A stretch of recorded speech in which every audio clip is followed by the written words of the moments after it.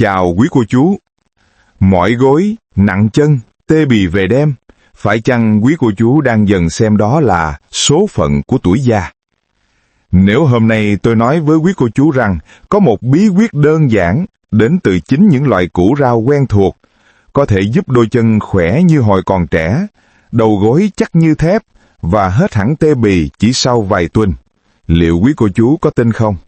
Ngày xưa, đi bộ vài cây số vẫn thấy nhẹ tinh. Thế mà giờ chỉ đi vài trăm mét, đã thấy chân như đeo chì, thở dốc từng bước. Có phải do xương khớp hết hạn sử dụng, hay vì bao năm nay, những cơn tê buốt, chuột rút, đau nhức cứ âm ỉ mỗi đêm? Dù quý cô chú đã uống biết bao loại thuốc bổ đắt tiền, thực ra nguyên nhân không nằm ở tuổi tác, mà ở chỗ cơ thể đang thiếu hụt nghiêm trọng những dưỡng chất tự nhiên, những lớp dầu bôi trơn giúp xương khớp vận hành trơn tru mỗi ngày. Và điều đáng mừng là giải pháp lại cực kỳ đơn giản, rẻ tiền, dễ tìm ngay trong gian bếp nhà mình. Trong video này, tôi sẽ chia sẻ 8 loại củ được ví như nhân sâm tự nhiên, có khả năng cung cấp đến 90% lượng protein, collagen thực vật, vitamin và khoáng chất mà cơ thể người lớn tuổi cần để tái tạo cơ bắp, bôi trơn khớp gối, cải thiện lưu thông máu, giảm tê buốt tay chân và giúp cơ thể khỏe mạnh, dẻo dai, tràn đầy năng lượng mỗi ngày. Không chỉ vậy, khi biết cách kết hợp đúng, những loại củ này còn giúp tiêu hóa khỏe mạnh, giảm viêm khớp, làm chậm lão hóa xương và phục hồi thể lực đáng kinh ngạc, điều mà hàng trăm quý cô chú đã trải nghiệm thực tế. Bí mật nằm ở chỗ, khi tuổi tác tăng, collagen và protein trong sụn khớp giảm mạnh, khiến khớp khô, kém linh hoạt. Máu lưu thông kém, làm tay chân dễ tê buốt. Các loại củ chính là chìa khóa vàng giúp cơ thể lấy lại sự cân bằng ấy. Trong những loại củ này chứa protein, tái tạo cơ bắp, ngăn teo cơ. Collagen thực vật giúp khớp gối dẻo dai, vận động linh hoạt. Vitamin A, C cùng canxi, kali, magie hỗ trợ máu lưu thông, chắc xương, giảm tê tay chân. Chất xơ và chống oxy hóa, giúp tiêu hóa tốt, giảm viêm, làm chậm lão hóa xương. Và ngay bây giờ, xin mời quý cô chú cùng tôi khám phá 8 loại củ diệu kỳ, những người bạn đồng hành giúp giữ đôi chân vững vàng và cơ thể trẻ trung hơn mỗi ngày. 1. Khoai lang tím, viên thuốc tự nhiên cho đôi chân vững vàng. Quý cô chú thân mến, trong nhóm thực phẩm mà thiên nhiên ban tặng, khoai lang tím có thể xem như một người bạn đồng hành đặc biệt của tuổi già. Nhiều người vẫn nghĩ đơn giản rằng khoai lang chỉ là món ăn dân dã, nhưng thực tế, khoa học đã chứng minh rằng loại củ màu tím này lại chứa nhiều hoạt chất quý. Màu tím đẹp mắt của khoai lang chính là nhờ hợp chất anthocyanin, một chất chống oxy hóa rất mạnh. Các nhà nghiên cứu tại Nhật Bản từng chỉ ra rằng anthocyanin giống như một lá chắn sinh học, ngăn chặn sự lão hóa của thành mạch máu. Khi hệ mạch máu khỏe mạnh, máu lưu thông tốt, oxy và dưỡng chất sẽ đến nuôi cơ bắp và khớp nhanh chóng hơn. Nhờ vậy, cảm giác nặng chân, tê bì hay mỏi gối sẽ giảm rõ rệt. Không chỉ vậy, khoai lang tím còn giàu vitamin C, một thành phần mà ít ai biết rằng có khả năng kích thích cơ thể sản xuất collagen. Collagen chính là chất keo tự nhiên giúp gân dây chằng và sụn khớp thêm chắc khỏe. Khi collagen đủ, khớp gối như được bọc thêm một lớp đệm êm, giúp quý cô chú đứng lên ngồi xuống dễ dàng, hạn chế hẳn những tiếng lục cục hay đau nhói mỗi khi di chuyển. Khoai lang tím cũng chứa một lượng collagen thực vật, dễ hấp thụ và thân thiện với người lớn tuổi. Tôi nhớ rõ, có bác Hùng hàng xóm ngoài 70 tuổi, từng than phiền rằng mỗi khi trở trời, chân tay lạnh buốt, đầu gối ê ẩm. Sau khi nghe tôi gợi ý bác bắt đầu ăn khoai lang tím luộc hoặc hấp 3 đến 4 lần mỗi tuần, chỉ hơn 1 tháng sau, bác nói trong sự vui mừng, giờ đứng lên không còn tê chân, đi dạo công viên 2 vòng cũng thấy nhẹ tình. Trải nghiệm thực tế ấy càng khẳng định rằng khoai lang tím thực sự là món quà dưỡng sinh quý giá. Cách dùng: quý cô chú nên ưu tiên hấp hoặc luộc nguyên vỏ để giữ dưỡng chất. Mỗi tuần chỉ cần ăn 3 đến 4 lần, mỗi lần 100 đến 150 gram. Người tiểu đường vẫn có thể ăn, nhưng lưu ý giảm cơm hoặc bánh mì trong bữa. Một củ khoai nhỏ bé này lại chứa đựng bí quyết giúp quý cô chú đi lại nhẹ nhàng hơn. Vậy, loại củ nào tiếp theo sẽ là lớp đệm êm ái cho đầu gối của mình, giúp khớp gối không còn kêu lạo xạo? 2. Khoai mỡ, lớp đệm tự nhiên cho khớp gối. Trong các loại củ giàu dinh dưỡng, khoai mỡ có thể coi như một viên ngọc ẩn ít được chú ý. Nhiều người chỉ thấy ngon miệng mà không biết bên trong nó lại chứa những dưỡng chất quan trọng giúp bảo vệ khớp gối và cơ bắp, đặc biệt là protein và chất nhầy mucin. Trước tiên, khoai mỡ có lượng protein thực vật cao hơn nhiều loại củ khác. Protein là nguyên liệu nền tảng để xây dựng và sửa chữa cơ bắp, rất cần thiết khi hiện tượng teo cơ sau tuổi 60 khiến quý cô chú thấy chân yếu đi lại không vững. Protein từ khoai mỡ lại vừa dễ tiêu hóa, vừa nhẹ nhàng cho dạ dày và gan thận. Tuy nhiên, điểm độc đáo nhất của khoai mỡ chính là chất nhầy mucin. Đây là hợp chất có kết cấu dẻo mịn. Khi đi vào cơ thể, sẽ như một lớp bôi trơn tự nhiên cho sụn khớp. Quý cô chú hãy hình dung, nó giống như việc tra dầu cho một chiếc máy đã cũ. Mucin giúp giảm ma sát, hạn chế khô khớp, đau khớp và thậm chí hỗ trợ tái tạo mô liên kết. Với người cao tuổi, sụn khớp ngày càng mỏng dần. Nếu không được bảo vệ, sẽ rất dễ gây ra cảm giác đau và tiếng lục cục mỗi khi vận động. Tôi từng được một cô bác ở quê gọi điện than thở rằng, mỗi lần đứng lên ngồi xuống, đầu gối kêu lạo xạo, cứ như có cát sạn bên trong. Tôi khuyên bác nên đưa khoai mỡ vào thực đơn, nấu canh hoặc luộc đều đặn 3 đến 4 lần một tuần. Chỉ sau khoảng 2 tháng, bác ấy gọi lại với giọng hồ hởi. Giờ gối bớt kêu, đứng dậy không còn đau buốt, đi chợ xách đồ cũng thấy nhẹ nhàng hơn. Cách dùng: khoai mỡ rất dễ nấu. Quý cô chú có thể luộc, hấp hoặc nấu canh với tôm, thịt bằm. Liều lượng hợp lý là 100 đến 150 gram mỗi bữa, 2 đến 4 bữa mỗi tuần. Khoai mỡ là một bác sĩ dinh dưỡng thầm lặng, giúp khớp gối êm ái hơn. Nhưng quý cô chú có biết, còn một loại củ màu đỏ, được ví như một máy bơm máu tự nhiên, giúp máu lưu thông khắp cơ thể, giảm tê buốt và chuột rút về đêm không? 3. Củ dền đỏ, máy bơm máu tự nhiên cho chân tay luôn ấm khỏe. Củ dền đỏ được ví như một món quà quý cho hệ tuần hoàn. Nếu khoai lang tím và khoai mỡ giúp duy trì khớp và cơ bắp, thì củ dền lại chăm sóc tim mạch và mạch máu, nền tảng cho mọi vận động hàng ngày. Cải thiện tuần hoàn máu từ nitrat. Điểm nổi bật đầu tiên là hàm lượng nitrat tự nhiên cao trong củ dền. Khi đưa vào cơ thể, nitrat được chuyển thành nitric oxide, chất có khả năng giãn nở mạch máu. Điều này làm tim bớt gánh nặng và giúp máu chảy mạnh mẽ xuống chân tay. Nhờ vậy, cơ bắp nhận đủ oxy và dưỡng chất để vận động dẻo dai hơn. Quý cô chú sẽ thấy đi bộ ít mệt hơn, leo cầu thang đỡ hụt hơi và giảm hẳn tình trạng tê bì khi ngồi lâu hoặc những ngày trời lạnh. Tôi từng được một cô bác ở quê gọi điện than thở rằng, mỗi lần đứng lên ngồi xuống, đầu gối kêu lạo xạo, cứ như có cát sạn bên trong. Tôi khuyên bác nên đưa khoai dền vào thực đơn, nấu canh hoặc luộc đều đặn 3 đến 4 lần một tuần. Chỉ sau khoảng 2 tháng, bác ấy gọi lại với giọng hồ hởi. Giờ gối bước kêu, đứng dậy không còn đau buốt, đi chợ xách đồ cũng thấy nhẹ nhàng hơn. Cách dùng: quý cô chú có thể luộc hoặc hấp để giữ màu đỏ và dưỡng chất, hoặc ép nước chung với cà rốt và táo. Liều lượng duy trì đều đặn là 2 đến 3 lần một tuần, mỗi lần từ 100 đến 150 gram. Lưu ý, người huyết áp thấp nên ăn vào buổi sáng hoặc trưa, hạn chế dùng vào tối. Củ dền đỏ đúng là máy bơm máu tự nhiên, giúp bàn chân ấm hơn, bước đi chắc chắn hơn. Vậy còn loại củ bình dân nào có thể cung cấp năng lượng bền bỉ và chất kali tuyệt vời hơn cả chuối để nuôi dưỡng cơ bắp và hệ thần kinh, giảm nguy cơ vấp ngã không? 4. Khoai tây, nguồn năng lượng êm ái cho cơ bắp và đôi chân. Thực ra, nếu chế biến đúng cách, khoai tây lại là một loại củ bổ dưỡng hàng đầu cho người cao tuổi. Nó cung cấp protein thực vật để duy trì cơ bắp, giàu kali để nâng đỡ chức năng vận động, và chứa vitamin B6 giúp hệ thần kinh phản xạ nhanh nhạy. Sức mạnh của kali và vitamin B6. Khoai tây mang lại protein thực vật dễ hấp thụ và tinh bột lành mạnh, cung cấp năng lượng bền bỉ, tránh cảm giác kiệt sức sau vận động. Điểm đáng chú ý tiếp theo là kali trong khoai tây, lượng kali thậm chí còn nhiều hơn cả chuối. Kali giữ vai trò cân bằng điện giải, hỗ trợ cơ bắp co giãn nhịp nhàng và tim đập ổn định. Vì vậy, thêm khoai tây vào thực đơn sẽ giúp cơ thể nghe lời hơn, chân bước chắc chắn hơn. Đồng thời, vitamin B6 trong khoai tây giống như một thợ sửa dây điện của hệ thần kinh.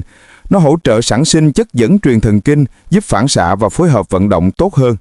Đây là yếu tố quan trọng để giảm nguy cơ vấp ngã ở người lớn tuổi.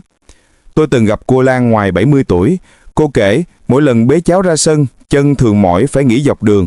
Tôi khuyên cô thấy bữa sáng bằng khoai tây hấp hoặc súp khoai tây bí đỏ 3 đến 4 lần một tuần.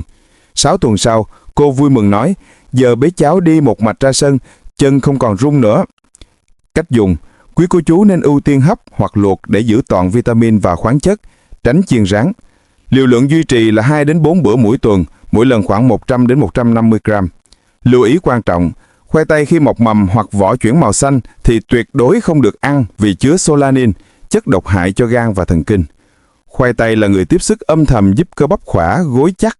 Nhưng nếu sụn khớp của mình bắt đầu khô cứng, lạo xạo, chúng ta cần một người thợ trai dầu mỡ tự nhiên từ thiên nhiên. Loại củ bình dị nào có thể làm được điều này? 5. Củ cải trắng, người thợ dầu mỡ cho khớp vận hành trơn tru. Người xưa ở Việt Nam thường nói, mùa đông ăn củ cải, mùa hè ăn gừng.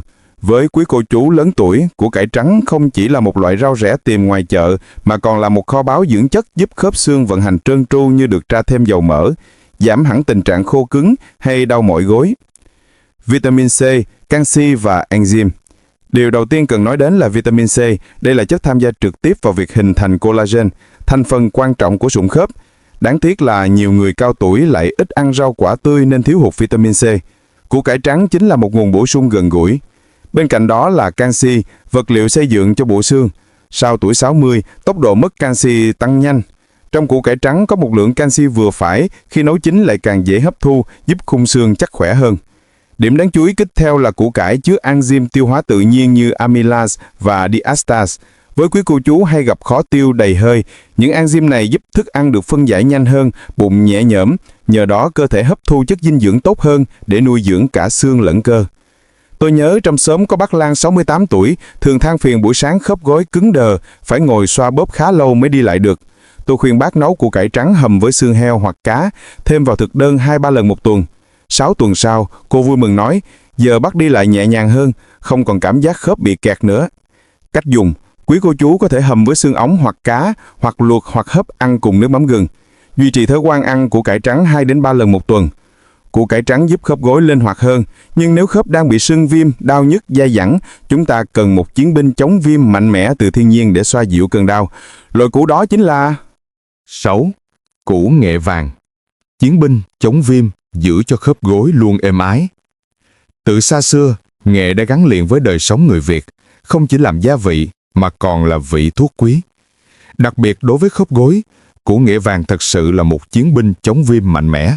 Trong nghệ có hoạt chất curcumin, được nhiều nghiên cứu hiện đại chứng minh có tác dụng chống viêm và chống oxy hóa rất mạnh. Ở người cao tuổi, viêm khớp là căn bệnh phổ biến nhất, gây đau, sưng, khó vận động. Curcumin chính là chất giúp xoa dịu tình trạng này, làm giảm sưng viêm và giúp khớp gối cử động trơn tru hơn. Không chỉ dừng lại ở đó, curcumin còn hỗ trợ bảo vệ và nuôi dưỡng sụn khớp, ngăn thoái hóa. Đồng thời, nó thúc đẩy quá trình tái tạo mô mới, giúp phục hồi nhanh hơn với quý cô chú từng bị chấn thương gối hoặc đã qua phẫu thuật. Tôi nhớ chú Hùng, 72 tuổi, từng bị tai nạn chấn thương đầu gối. Dù đã điều trị lành, nhưng mỗi khi trở trời, bác lại đau âm ỉ. Tôi hướng dẫn bác dùng nghệ theo 2 cách. Mỗi sáng uống hỗn hợp nghệ tươi giã nhỏ trộn mật ong và mỗi tuần thêm 1 đến 2 bữa canh gà hầm nghệ. Sau hơn 1 tháng, bác phấn khởi kể rằng trời mưa lạnh cũng không còn đau nhức nhiều, việc đi lại nhẹ nhàng hơn trước. Cách dùng: quý cô chú có thể thêm nghệ tươi hoặc bột nghệ vào món ăn hàng ngày, hoặc pha nghệ và mật ong với nước ấm uống mỗi sáng. Nên dùng lượng vừa phải, khoảng 3 đến 5 gam bột nghệ mỗi ngày. Mẹo nhỏ: khi kết hợp nghệ với tiêu đen hoặc một chút dầu, dầu dừa, dầu lạc, khả năng hấp thu curcumin sẽ cao hơn nhiều. Nghệ vàng là món quà quý giúp làm dịu cơn đau, Nhưng khi khí tiết trời se lạnh, tay chân buốt giá, khớp gối cứng, chúng ta cần một bình nóng tự nhiên để giữ ấm cơ thể từ bên trong, giúp máu huyết lưu thông tốt hơn. Đó là loại củ nào? 7. Gừng tươi. Bình nóng tự nhiên giữ ấm khớp, ngừa tê tay chân. Khi tiết trời se lạnh, nhất là vào sáng sớm hoặc những đêm khuya, nhiều người cao tuổi dễ thấy chân tay lạnh buốt, khớp gối cứng. Từ xa xưa, ông bà ta đã có một bí quyết giản dị mà hiệu quả, đó là dùng gừng tươi để làm ấm cơ thể từ bên trong. Gingeron và Sogon, trợ thủ của tuần hoàn máu. Trong y học hiện đại, gừng được coi như một bình nóng tự nhiên vì chứa hợp chất Gingeron và Sogon. Chúng có khả năng thúc đẩy tuần hoàn máu, giúp dòng máu nuôi dưỡng khớp xương trơn tru hơn. Khi máu lưu thông kém, cơ thể không chỉ dễ lạnh mà còn nhanh đau nhức. Gừng tươi chính là trợ thủ đắc lực, giúp người cao tuổi bớt cảm giác tê bì, khớp gối linh hoạt hơn trong mùa lạnh. Không chỉ vậy, gừng còn chứa các hoạt chất kháng viêm tự nhiên, hỗ trợ giảm sưng nhẹ ở khớp. Một điểm quý nữa là gừng kích thích hệ tiêu hóa, giúp cơ thể hấp thu dinh dưỡng đầy đủ, gián tiếp duy trì cơ bắp và sức khỏe xương khớp bền vững. Tôi nhớ cô Hương, 65 tuổi, sống gần nhà tôi. Mỗi khi trời lạnh, tay chân cô lúc nào cũng buốt giá, sáng dậy cứng khớp. Tôi khuyên cô kiên trì mỗi tối ngâm chân nước ấm có giã gừng trong 15 phút, đồng thời uống một cốc trà gừng pha mật ong trước khi ngủ. Chỉ sau khoảng 3 tuần, cô nói chân tay đã ấm hơn, giấc ngủ sâu và buổi sáng không còn cảm giác tê cứng như trước. Cách dùng: ngâm chân với gừng ấm mỗi tối, uống trà gừng mật ong để ấm bụng, hoặc thêm gừng tươi vào các món kho, hầm. Tránh lạm dụng quá nhiều gừng một lúc, đặc biệt với người nóng trong người hay có bệnh lý dạ dày. Gừng tươi giống như một món quà giản dị mà thiên nhiên gửi gắm, giúp quý cô chú thấy mùa đông ấm áp hơn. Cuối cùng, để có đủ sức bền, không bị hụt hơi khi đi dạo hay vui đùa cùng con cháu, chúng ta cần một loại củ cung cấp năng lượng êm dịu, giúp cơ bắp phục hồi nhanh chóng. Đó là loại củ nào? 8. Khoai môn, nguồn năng lượng êm dịu giúp cơ bắp phục hồi. Sau tuổi 60, nhiều cô bác than rằng chỉ đi vài bước đã mỏi chân, leo mấy bậc cầu thang đã hụt hơi. Nguyên nhân lớn đến từ cơ bắp yếu và năng lượng dự trữ kém. Trong các loại thực phẩm giúp cải thiện tình trạng này, khoai môn nổi bật vì vừa bổ sung năng lượng, vừa hỗ trợ phục hồi cơ bắp mà lại dễ tiêu, không gây nặng bụng. Điểm đặc biệt của khoai môn nằm ở phần tinh bột dễ tiêu, được hấp thu chậm rãi. Điều này cung cấp năng lượng bền bỉ cho cơ thể. Nhờ vậy, người cao tuổi có thể đi bộ, tập thể dục hay làm việc nhà mà không mau kiệt sức. Ngoài tinh bột, khoai môn còn chứa protein thực vật và vitamin E. Protein là nguồn nguyên liệu quan trọng để duy trì và tái tạo cơ bắp sau mỗi lần vận động. Vitamin E còn đóng vai trò chống oxy hóa, bảo vệ mô cơ và mô khớp khỏi sự lão hóa sớm. Tôi từng gặp chú Toàn, 68 tuổi, tham gia lớp dưỡng sinh trong phường. Thời gian đầu, bác tập được ít phút là thở dốc, chân rung phải nghỉ liên tục. Tôi khuyên bác thêm khoai môn vào khẩu phần ăn, có thể luộc hoặc nấu canh khoai môn đậu xanh nấu nhạt, ít đường, hoặc nấu canh với xương, tôm khô để bổ sung đạm. Khoai môn giống như một người bạn âm thầm tiếp sức. Nếu quý cô chú duy trì thói quen ăn khoai môn từ 2 đến 3 lần mỗi tuần, kết hợp cùng 7 loại củ trên, quý vị sẽ thấy sức bền tăng rõ rệt, không còn lo mỏi gối hụt hơi. Khi cơ bắp được nuôi dưỡng, tinh thần lạc quan và vận động nhẹ nhàng như đi bộ, tập dưỡng sinh chính là linh hồn giúp sức khỏe tuổi già thật sự vững vàng. Chúng ta vừa cùng nhau đi qua 8 loại củ bình dị, nhưng lại chứa đựng sức mạnh dưỡng sinh tuyệt vời cho đôi chân và cơ bắp tuổi xế chiều. Ông bà ta xưa có câu, ăn đúng thì thuốc bổn, ăn sai thì thuốc độc.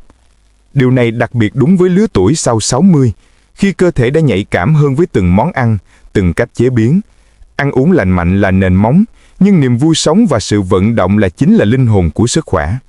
Một tâm hồn lạc quan sẽ giúp khớp xương vận hành linh hoạt hơn. Quý cô chú chỉ cần mỗi ngày đi bộ 20 phút, tập vài động tác dưỡng sinh hay đơn giản là chăm sóc khu vườn nhỏ, quý vị sẽ thấy cơ thể khác hẳn.